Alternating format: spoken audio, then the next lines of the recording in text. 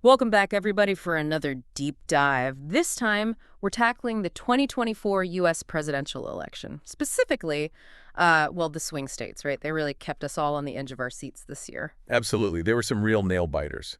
Those states where the vote could go either way, Republican or Democrat, they really are the battlegrounds. And they often decide the whole election. Yeah, and speaking of battlegrounds, this election saw some pretty dramatic flips, didn't it? Oh, yeah. Big time. I mean, against a lot of predictions, we saw a pretty decisive swing back towards the Republicans. Towards Donald Trump, you mean? Right, Donald Trump. So we're talking Arizona, Georgia, Michigan, Nevada, North Carolina, Pennsylvania. Yeah. And Wisconsin, right? Exactly. 7 key states, each with, they all have their own kind of unique political landscape. But this time around, they all went red. And that really flipped the script on this election. It really did. So let's break this down a bit, shall we? Starting with, North Carolina. Am I right in saying that was the only swing state that went Republican in the last election back in 2020? You're absolutely right. It was the only one. So to see it go red again, especially so early in the night, it felt like a sign of things to come, didn't it? It did, yeah. Almost of a warning shot for the Democrats. A warning shot, exactly. Yeah. And then you have the blue wall states, Michigan, Pennsylvania, and Wisconsin. These were, they were considered Democrat strongholds, right? Right. They've reliably voted Democrat for decades. But you're telling me they all flipped to Trump? All 3 of them, yeah. Wow. That must send shockwaves through the entire political establishment. Oh, absolutely. Those shockwaves were definitely felt the strongest. In Pennsylvania, though, I'd say. Pennsylvania? Yeah. Why Pennsylvania specifically? Well, it's the swing state with the most electoral votes up for grabs, so it carries a lot of weight in the election. Oh, of course. But Pennsylvania, it's also got a history of flipping back and forth, doesn't it? Oh, yeah. It's been a real roller coaster ride. Trump won it in 2016, then it flipped back to Biden in 2020, and now in 2024, it's back to Trump. Wow. Talk about a bellwether state, huh? That really shows you just how much the political winds can shift in this country. It really does. So let's dig into what might have caused these dramatic flips, shall we? The source we've been looking at mentions deindustrialization when it's talking about Michigan. Right. Can you unpack that a bit? How did deindustrialization play a role in these swing states flipping? Sure. Well, deindustrialization, it's basically the decline of manufacturing industries, right? And that's hit states like Michigan particularly hard over the last few decades. Jobs have disappeared, communities are struggling, and there's a lot of economic anxiety.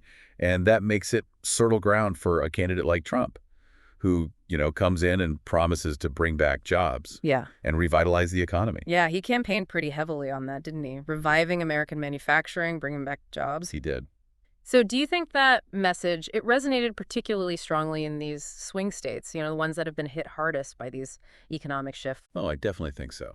Voters in those areas, they might have felt like, maybe regardless of how they voted in the past, that Trump was their best shot at seeing some improvement to their economic situation. So in a way, their personal economic anxieties, they might have outweighed other considerations, like social issues or even their personal feelings about Trump. Yeah, I think that's a very sharp observation. Economic anxiety is a powerful motivator, and it often drives voter behavior more than we realize. It's a good reminder that elections aren't just about the numbers, right? It's about the stories behind those numbers, the hopes, the fears, the struggles that are driving people to cast their vote one way or the other. Exactly. Okay, so we've got these economic anxieties playing out in the Rust Belt. But what about Arizona and Nevada, where the Latino vote was so crucial? Our source highlights how even with Arizona's large Latino population, the issue of illegal immigration, which was a key focus for Trump, it might have been a deciding factor there. Right. It's a complex issue, of course. The Latino vote is not a monolith. There are so many different viewpoints within that community. But it's possible that certain segments resonated with Trump's stance on immigration. His hardline stance, you mean? Yeah, exactly. Especially in a border state like Arizona, where immigration is always front and center. Right, exactly. So even within a specific demographic group like Latino voters, there are divisions and different priorities that can really sway their vote depending on the candidates and the issues. Exactly. It shows you just how important it is to understand the nuances within these groups and not make assumptions about how they'll vote based on generalizations. Couldn't agree more. And speaking of nuances, Nevada, what a nail-biter.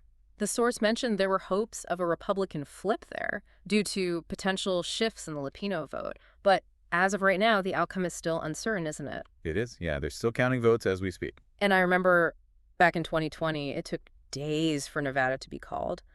Why does it always seem to come down to the wire in Nevada? Well, one of the reasons is that Nevada allows late-arriving absentee ballots, as long as they're postmarked by Election Day. Oh, okay. So that practice, it ensures that every vote gets counted.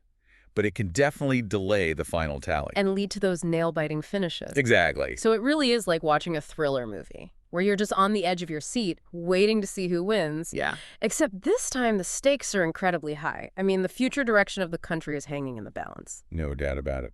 So let me just recap here. We've got these economic anxieties in the Rust Belt, the complexities of the Latino vote in Arizona and Nevada, and the ever-shifting sands of Pennsylvania, each swing state offering its own unique glimpse into the forces that are shaping this election. But what does it all mean for the bigger picture? That's what I really want to understand. I think it means we're looking at a country that's, well, it's deeply divided, that's for sure, and grappling with some really big questions about its identity, its future, and these swing state results, they're like almost like a mirror, Yeah. reflecting those divisions back at us. So it's not just about who won or lost, but about what those wins and losses say about us, about the American people, Right. what we value, what we fear, what we hope for. Exactly. They're like a snapshot of the national mood, a tapestry woven from all these anxieties, hopes, and fears. And understanding that mood, it's crucial to understanding where we go from here, isn't it? Absolutely. So looking at this snapshot, this tapestry, what patterns jump out at you? Well, one of the most striking things is the extent of the polarization. I mean, these swing states, they weren't just close calls. They were nail-biters that flipped back and forth. And that really highlights this deep chasm in American society. And that chasm, it's not just about political parties, is it? It seems to run much deeper than that, touching on social issues, cultural values, even our sense of identity as Americans. Absolutely. And that makes governing, finding common ground, tackling the nation's challenges, it makes it all incredibly difficult. It does. It's like a breeding ground for gridlock, isn't it? It is. Where progress on these critical issues feels almost impossible. It feels that way, yeah. So, with all that in mind, we're looking at a divided nation, a political system that's really struggling to function effectively, and a whole lot of uncertainty about the future. Paint me a picture of what a second Trump term might look like. Well, now that he's secured another 4 years, it's a whole new phase of, I guess, speculation and analysis. Will he double down on the policies of his first term? Or will we see a shift in direction? How will the global community react? Yeah, all big questions. Will he continue to push that America First agenda, or will he try to, build some bridges internationally? And domestically, how will he navigate this divided Congress? Will he seek compromise or just push his agenda through? Right, and it's important to remember, he's coming back into office facing a different political reality than he did before. The composition of Congress, the balance of power, all of that will influence what he's able to do. It's like hitting the reset button on a video game, isn't it? It is, yeah.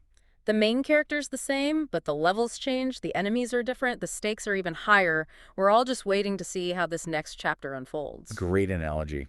And just like in a good video game, there will be unexpected twists and turns, new challenges, and some really crucial decisions will have to be made. For sure. And you can bet those swing states, they'll continue to be a focal point. Absolutely. They're like, I don't know, like miniature versions of the nation almost, Yeah. reflecting those larger trends and anxieties. Exactly. So by understanding what happened in those states, we can gain some valuable insights into where the country might be headed. They're like microcosms of the American experiment, where we can see how these social, economic, and political forces are all interacting and shaping the future. Okay, so let's zoom out a bit. We've been laser focused on the election, the swing states, and the potential impact of this second Trump term. But what does all of this mean for everyday Americans? For people like you and me, what can we learn from these swing states about how the country might change and how those changes might impact our lives? Yeah, that's the big question, isn't it? It is. I mean, we can analyze all the data, look at all the trends, but at the end of the day, it's about how these political shifts actually impact people's lives. Right, and that's what makes it so fascinating. It's not just about predicting the future. It's about understanding the forces at play and figuring out how we as citizens can navigate them. And think about those swing states for a second. They're not just data points on a map, are they? Right. They represent real communities with real people Yeah. who have their own needs, their own concerns, their own hopes for the future. And each of those communities is going to experience the impact of this election differently, right? Absolutely. Depending on their local economy, their Yeah. demographics. So, like, even that issue of deindustrialization we talked about, a second Trump term could mean very different things.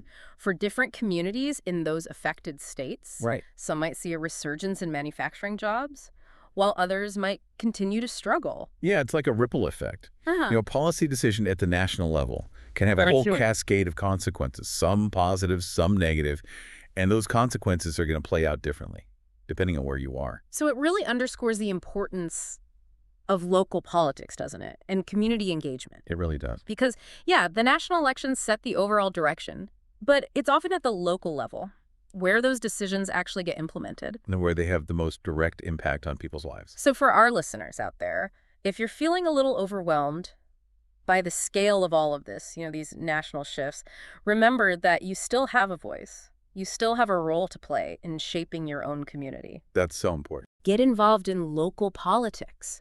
Advocate for the policies that matter to you. Support organizations that are doing good work in your community. Great advice. Hmm. It's easy to feel powerless sometimes when you're looking at these huge political forces. Oh, for sure. But change often starts at the grassroots level. By getting involved locally, you really can make a difference. And remember those swing states, those communities that were so crucial in this election, they're not static, are they? Yep. They're constantly evolving, adapting to new challenges and opportunities. And that evolution, Yeah. it's driven by the people who live there, the Yeah. entrepreneurs who start businesses, the activists who fight for change, the teachers who are shaping the next generation. They're the ones who will determine the future of those communities. And ultimately the future of the nation, right? Exactly. So as we wrap up this deep dive into the 2024 election and these wild swing state results, I'm left with a sense of, I don't know, cautious optimism, maybe? Yeah, the nation's divided, the challenges are huge, but there's also this resilience, this spirit of innovation, a belief in democracy. That gives me hope. And as we move forward into this new chapter, I think the most important thing is to stay curious, stay informed, and stay engaged. The future of the country really does rest on the shoulders of its citizens. So make your voice heard, participate in the process, help shape the direction of the country. Well said. And on that note, we'll leave you with this final thought. As you go about your day, think about your own community. What are the challenges you see? The opportunities? How can you use your own skills and passions to make a positive impact? Remember, change starts locally, and every single voice makes a difference. That's right. Until next time, keep diving deep, everyone.